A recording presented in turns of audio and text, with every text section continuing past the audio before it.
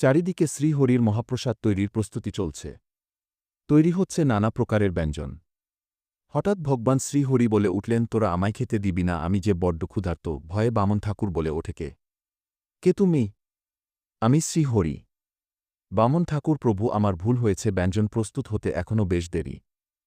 শ্রীহরি বললেন, তুমি চিন্তা করো না, পাশের গায়ে আমার পরম ভক্ত সুধীর আমার জন্য ভোগ তৈরি করছে, আমি চললাম তার কাছে। তিনি সাধুর বেশ ধারণ করে সুধীরের বাড়ি পৌঁছালেন। সুধীর সাধুকে দেখে ঘরের ভিতরে নিয়ে আসল।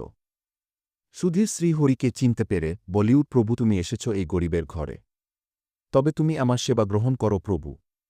সুধীর শ্রীহরিকে পেট ভরে আহার করালেন। কিছু সময় পর মন্দিরে শ্রীহরির বিগ্রহের সামনে ভোগ নিবেদনের সময় পুরোহিত ও ওখানে উপস্থিত থাকা সকল ভক্তরা দেখলেন শ্রীহরির বিগ্রহের মুখে খিচুড়ি লেগে আছে।